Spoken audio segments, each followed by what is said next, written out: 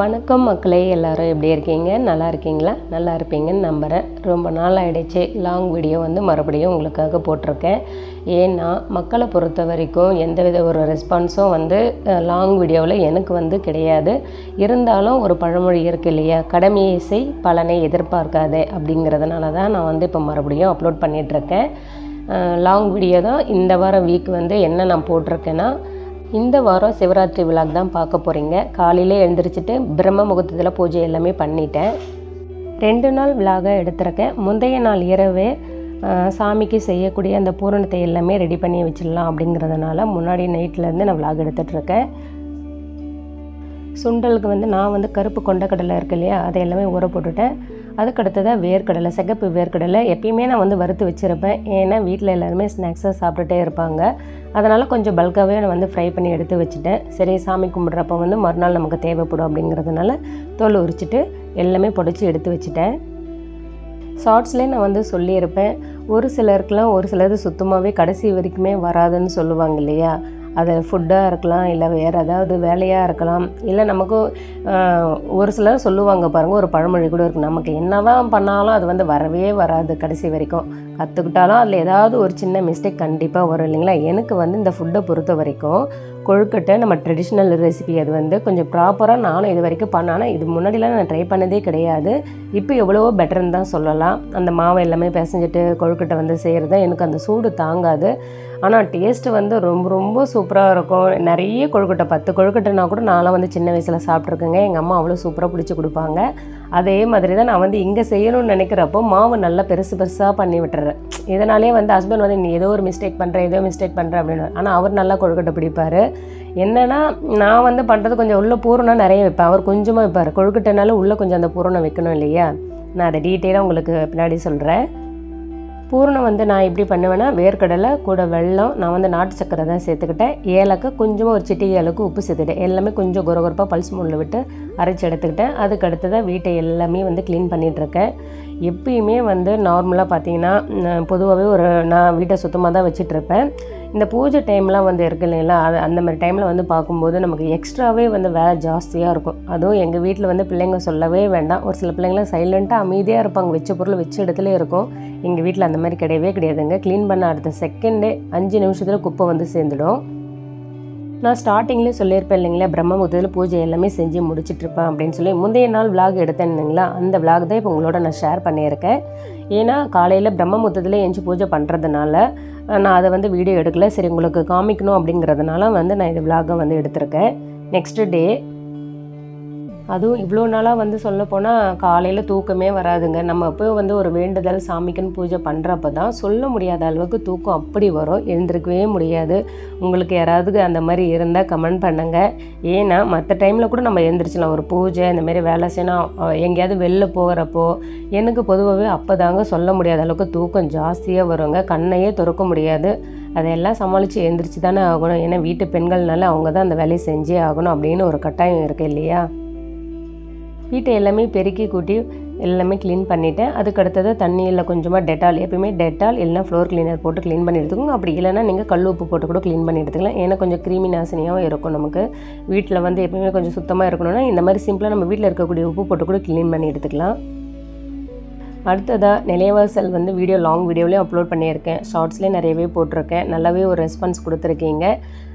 எப்பயுமே நம்மளுடைய குலதெய்வம் எங்கேருந்து ஆரம்பிக்குதுன்னா நிலைவாசல்லேருந்து தான். நம்ம வீடு கட்டும்போது கூட பாருங்கள், ஃபஸ்ட்டு நம்ம வாசக்கல் வைக்கும்போது பெரிய பூஜையே பண்ணுவாங்க இல்லையா.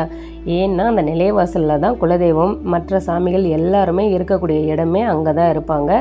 வெளியிலேருந்து தான் நம்ம சாமியை உள்ள வீட்டுக்கு அழைச்சிட்டு போகணும். அந்த மாதிரி தான் நான் எப்பயுமே ரெகுலராக செய்கிறது.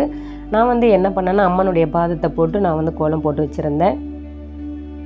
வெள்ளிக்கிழமை, செவ்வாய்க்கிழமை இந்த மாதிரி நாட்களில் ஏதாவது ஒரு பூ போட்ட மாதிரி இல்லைனா அம்மன் பாதம் போட்ட மாதிரி கோலம் போடுறது ரொம்பவே நல்லது. ஏன்னா ஒரு பாசிட்டிவாக இருக்கும், பார்க்குறதுக்கு கொஞ்சம் நம்ம மகாலட்சுமி உள்ளே வர மாதிரி ஒரு ஃபீல் கொடுக்கும். நிலைவாசலில் எப்பயுமே முதல்ல ஒரு துணியால் ஃபஸ்ட்டு காட்டன் துணியை வச்சு நல்லா க்ளீன் பண்ணிவிடுங்க. அதுக்கு அடுத்ததாக மஞ்சள் கூட வந்து கொஞ்சம் சந்தனம், பன்னீர், கற்பூரம் இருக்குது இல்லைங்களா, பச்சை கற்பூரம், அதை கூட நீங்கள் வந்து பொடி பண்ணி போட்டுக்கலாம். அவ்வளோ ஒரு வாசனையாக இருக்குங்க, பயங்கர மனமாக இருக்கும், வீடே ஒரு பாசிட்டிவாக இருக்கும். உள்ளே நுழையும் போதே பார்த்திங்கன்னா அந்த வாசம் கம்ம கம்மன்னு வருங்க.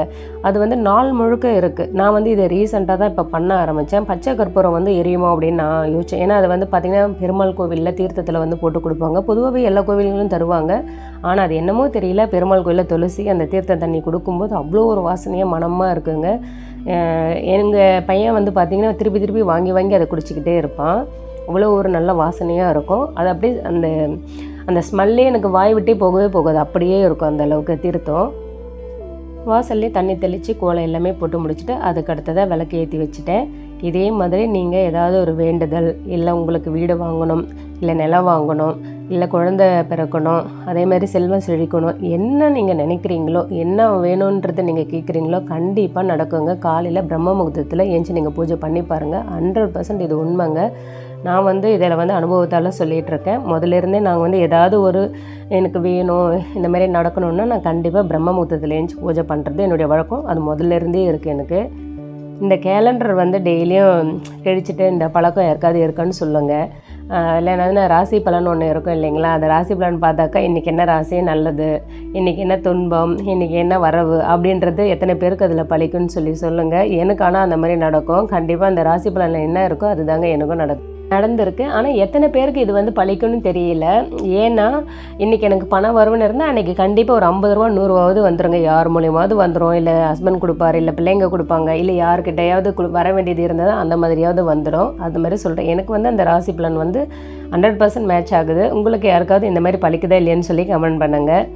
பூஜை எல்லாமே பண்ணி முடிச்சுட்டு அதுக்கு அடுத்து தான் விளக்கு எல்லாமே ஏற்றி வச்சுட்டு, நான் வந்து சொல்லியிருக்கேன் இல்லைங்களா, ஷார்ட்ஸில் வந்து சொல்லியிருப்பேன் இந்த மாதிரி கந்தசஷ்டி கவசம் நான் வந்து பாராயணம் பண்ணிகிட்ருக்கேன் அப்படிங்கிறத. இதை வந்து விடவே விடாதீங்க. நீங்கள் கண்டிப்பாக என்ன நினைக்கிறீங்களோ விளக்கு ஒரு பக்கம் போடுங்க. அதை விட என் அப்பன் முருகன், என்னுடைய இஷ்ட தெய்வம் முருகன் இல்லைன்னா இன்றைக்கி நான் இல்லவே இல்லைங்க. ஏன்னா என்னுடைய அனுபவத்தால் நான் சொல்கிறேன். முதல்ல நான் வந்து ரொம்ப ரொம்ப ரொம்ப ஒரு முருகர் பக்திங்க, பைத்தியம் நான். ஏன்னா இப்போ வந்து எல்லாருமே முருகர் தான் சாமி கும்பிட்டுட்ருக்காங்க. எங்கே பார்த்தாலுமே அவர் தான், எந்த இடத்துல பார்த்தாலும் அவர் தான். சின்ன பிள்ளைங்கள்லேருந்து பெரியவங்க வரைக்கும் முருகனை கும்பிடாதவங்க கண்டிப்பாக இப்போ இருக்கவே முடியாது. நான் வந்து 5th ஸ்டாண்டர்ட் படிக்கிறப்பலேருந்து முருகரை பக்தி வந்து அங்கே வந்து ஒரு கோவில் இருக்கும், காஞ்சி குன்றுமேடு கோவில்னா, அப்பப்போ வந்து ஊரில் விசேஷமாக இருக்குங்க. நடந்தே போயிடுவோம். அதெல்லாம் ஒரு ஜாலியாக இருக்கும், திருவிழாவாக இருக்கும். அது என்னன்னே தெரியல, என் மனசுக்குள்ளே தன்னாலே வந்து அவர் இடம் பிடிச்சிட்டாரு. அப்போலேருந்தே முருகர் பக்தி இன்னைக்கு வரைக்கும் எனக்கு வந்து ஒரு சொல்கிறதுக்கு எனக்கு வார்த்தையே இல்லை. நான் வந்து இன்றைக்கி இந்த அளவுக்கு இருக்கிறேன்னா கண்டிப்பாக அது அவரால் மட்டும்தான். அது எந்த ஒரு முன்னாடியில் கூட நான் வந்து பூஜை விழாவில் கூட சொல்லியிருப்பேன். ஏதாவது கஷ்டங்களோ இல்லை உங்களுக்குள்ளே என்ன ஒரு பிரச்சனை கூட மனுஷங்க கிட்ட கண்டிப்பாக சொல்லாதீங்க. ஏன்னா எல்லா மனுஷங்களும் நல்லவங்களும் கிடையாது, எல்லோரும் கெட்டவங்களும் நான் சொல்ல வரலை. ஏன்னா தெய்வத்தை நம்புங்க, அவங்க தான் உங்களுக்கு வந்து கையை கொடுப்பாங்க. எந்த நேரத்துலையும் சரி, எந்த ஒரு சுச்சுவேஷன்லையும் சரி, நமக்கு வந்து நல்லது நினைக்கக்கூடியது கடவுள் மட்டும்தாங்க. எந்த ஒரு எதிர்பார்ப்பும் இல்லாமல் நமக்கு எந்த ஒரு கட்டாய சூழ்நிலையாகட்டும், எந்த ஒரு நேரத்துலையாகட்டும் அவர் கண்டிப்பாக நமக்கு வந்து கையை கொடுப்பாங்க. அதுவும் முருகர் சொல்லவே வேணாம். நீங்கள் நம்பி நீங்கள் என்ன நினைக்கிறீங்களோ அதை கண்டிப்பாக அவர் வந்து நிறைவேற்றுவார். இதுதான் அவருடைய வேலையே. இன்றைக்கி அவருடைய அனுகிரகத்தால் இன்றைக்கி நான் ரொம்ப நல்லா இருக்கேன்னா அது என் அப்பன் முருகப்பெருமானால் மட்டும்தான். ஏன்னா எனக்கு எல்லாமும் அவர் தந்திருக்காரு, இன்னமும் தந்துக்கிட்டே இருப்பார்.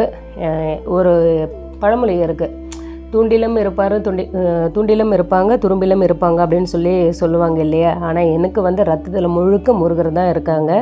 எனக்கு கேட்டது எல்லாமே கொடுத்துருக்காங்க. நான் இல்லைன்னு சொல்ல, எல்லாரும் உதவி பண்ணியிருக்காங்க. ஆனால் கடவுளுடைய இது வந்து ஒவ்வொருத்தருக்கும் ஒரு அனுபவத்தால் வந்து நமக்கு பலன் தெரியும் இல்லைங்களா. எனக்கு இதனால் இப்படி வந்தது, எனக்கு இந்த மாதிரி வந்ததுன்னு அது கண்டிப்பாக முழுக்க எனக்கு தெய்வத்தால் அந்த அப்பன் முருகப்பெருமானால் மட்டும்தாங்க. உங்கள் வாழ்க்கையிலும் ஏதாவது கஷ்டங்கள் இருக்கலாம், இல்லை வேறு ஏதாவது நிறைவேறணும் அப்படின்னு நீங்கள் நினச்சிங்கன்னா முருகனை வழிபடுங்க, கந்தசஷ்டி கவசத்தை பாராயணம் பண்ணுங்கள். விடாமல் 36 நாள் நீங்கள் பண்ணிவிட்டு அதுக்கப்புறம் எனக்கு நீங்கள் கமெண்ட் பண்ணுங்களேன். நான் அதுக்கு வந்து கேரண்டி. நான் கேரண்டின்னு சொன்ன உடனே நீங்கள் அதாவது நம்ம வந்து சிந்தனை, எண்ணம், செயல், முழுக்க முழுக்க கடவுள் மேலே பக்தியை வச்சுக்கிட்டு எண்ணங்களை சிதற விடாமல் நம்பிக்கையோடு அவரை பாராயணம் பண்ணணுங்க. அந்த மாதிரிங்க காலையிலும் மாலையிலும் கந்தசஷ்டி கவசத்தை படிச்சுட்டு நீங்கள் பாராயணம் பண்ணி பாருங்கள். கண்டிப்பாக உங்களுக்கு அதை முடிக்கிறதுக்குள்ளே நல்லது நடக்கும். நீங்கள் இதை ட்ரை பண்ணி பாருங்கள், கட்டாயமாக இது நடக்கும்.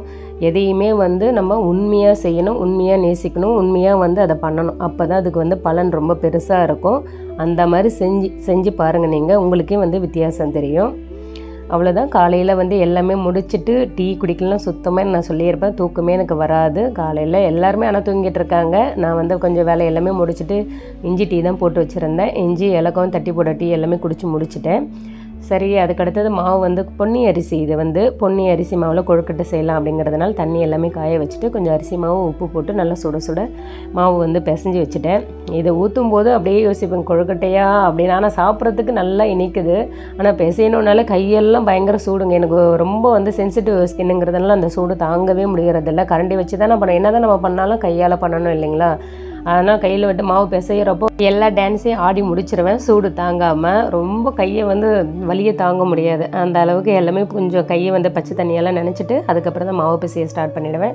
காலையில் பிரேக்ஃபாஸ்ட் என்ன செஞ்சேன்னா, இது ஒரு டிஃப்ரெண்ட்டான சாம்பார். எங்கள் வீட்டில் சாம்பார்னாலே எனக்கு, என் பையனுக்கு, என் ஹஸ்பண்டுக்கு தான் பிடிக்கும். என் பொண்ணுக்கு சுத்தமாகவே பிடிக்காது. இது டிஃபனுக்காக இந்த மாதிரி நான் எல்லாத்தையுமே பச்சையாகவே வெங்காயம், தக்காளி, பூண்டு, பச்சை மிளகா, அதுக்கடுத்து புளி, மஞ்சள், மிளகாத்தூள், உப்பு எல்லாமே போட்டுட்டு குக்கரில் நல்லா நீங்கள் வேக விட்டு எடுத்துக்கோங்க. நீங்கள் எந்த ஒரு 5-6 விசில் விட்டாலும் அவங்கவுங்களுக்கு குழைவாக வேணால் குழைவாக நம்ம எடுத்துக்கலாம். இல்லைன்னா கொஞ்சம் பருப்பாக இருக்கணும் அப்படின்னா அந்த மாதிரி கூட எடுத்துக்கலாம். அந்த மாதிரி வேக விட்டு எடுத்துக்கோங்க.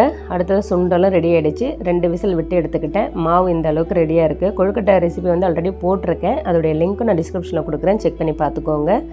இதை செய்கிறதுக்கே கிட்டத்தட்ட எனக்கு 1.5 மணி நேரம் ஆகிடுச்சுங்க. ஏன்னா ரொம்ப யாரும் ஹெல்ப்புக்கு ஆள் கிடையாது, நானே தான் பண்ணிகிட்டு இருந்தேன். சரி, ஸ்லோவாக பண்ணணும் இல்லைங்களா, வருஷத்துக்கு ஒரு தடவை செய்கிறத நம்ம சரியாக பண்ணணும் அப்படிங்கிறதுனால தான் கொழுக்கட்டையும் செஞ்சு முடிச்சாச்சு. விநாயகர் சதுர்த்தி எப்பவும் செய்வேன், 2 தடவை மட்டும்தாங்க செய்கிறது. இடையில் செய்யணும்னு ஆசை தான், ஆனால் அந்த மாவுக்காகவே யோசிச்சுக்கிட்டு நான் பண்ணுறதே கிடையாது. ஒரு சிலர்லாம் நல்லா அந்த எக்ஸ்பீரியன்ஸில் பண்ணுவாங்க, கூட மாதிரி அந்த ஷேப்பில் அவ்வளோ ஒரு அழகாக பின்னி எடுப்பாங்க. அந்த கொழுக்கட்டை செய்கிறதுல அவ்வளோ பார்க்கவே ஆசையாக இருக்கும். அப்படியே நல்லா குழியோடு நல்லா அழகாக இருக்கும். அங்கே ரவுண்டாக அந்த நம்ம என்ன சொல்கிறது, அந்த கூடை எல்லாம் பின்னுவாங்க பாருங்கள், அந்த மாதிரி இருக்கும். எனக்கு என்னென்னா பின்னுறது கூட ஒரு பிரச்சனை கிடையாது, அதுக்குள்ளே நிறைய பூரணம் வைக்கணும். எனக்கு அப்போ தான் ரொம்ப ரொம்ப பிடிக்கும். சாப்பிட்றதுக்கு நல்ல ஒரு டேஸ்ட்டு கிடைக்கும். சும்மா கொஞ்சமெல்லாம் அதுக்குள்ளே அந்த பூரணத்தை வச்செல்லாம் எனக்கு அவ்வளோவா பிடிக்கிறதில்ல. நிறைய பூரணம் வைக்கணும், மாவு கொஞ்சமாக இருக்கணும். சுண்டலுக்கும் தாளிச்சிட்டேன். எண்ணெய், கடுகு, கறிவேப்பிலை, காஞ்ச மிளகாய், கொஞ்சமாக பெருங்காயத்தூள் போட்டு எல்லாமே வதக்கி எடுத்துக்கிட்டிங்கன்னா சூப்பராக சுண்டலும் ரெடி ஆகிடுச்சு. அவ்வளோதான். பூஜைக்கு தேவையான பிரசாதங்கள் எல்லாமே ரெடி. கொழுக்கட்டை, சுண்டல், வேர்க்கடலை கொழுக்கட்டை தான். அதுக்கடுத்ததான் தோசை, சாம்பார். இதுதான் சிவராத்திரி அப்போ நான் செஞ்சேன். சிவனை வழிபடுங்க, சிவன் இல்லைன்னா எங்கேயுமே கிடையாது, உலகமே சிவன் தான். சாமிக்கு படையல் எல்லாமே போட்டு முடிச்சாச்சு. ஸ்கூலுக்கு பசங்களுக்கு டிஃபன் எல்லாமே கொடுத்து விட்டுட்டு அவங்களையும் கிளப்பி விட்டாச்சு. அவ்வளோதான், வீடியோடைய எண்டுக்கு வந்தாச்சு. கண்டிப்பாக ஓரளவுக்கு உங்களுக்கு இந்த வீடியோ பிடிச்சிருக்குன்னு தான் நான் நினைக்கிறேன். எப்படி இருக்கிறதுன்றதை மறக்காமல் நீங்கள் கமெண்ட் பண்ணுங்கள்.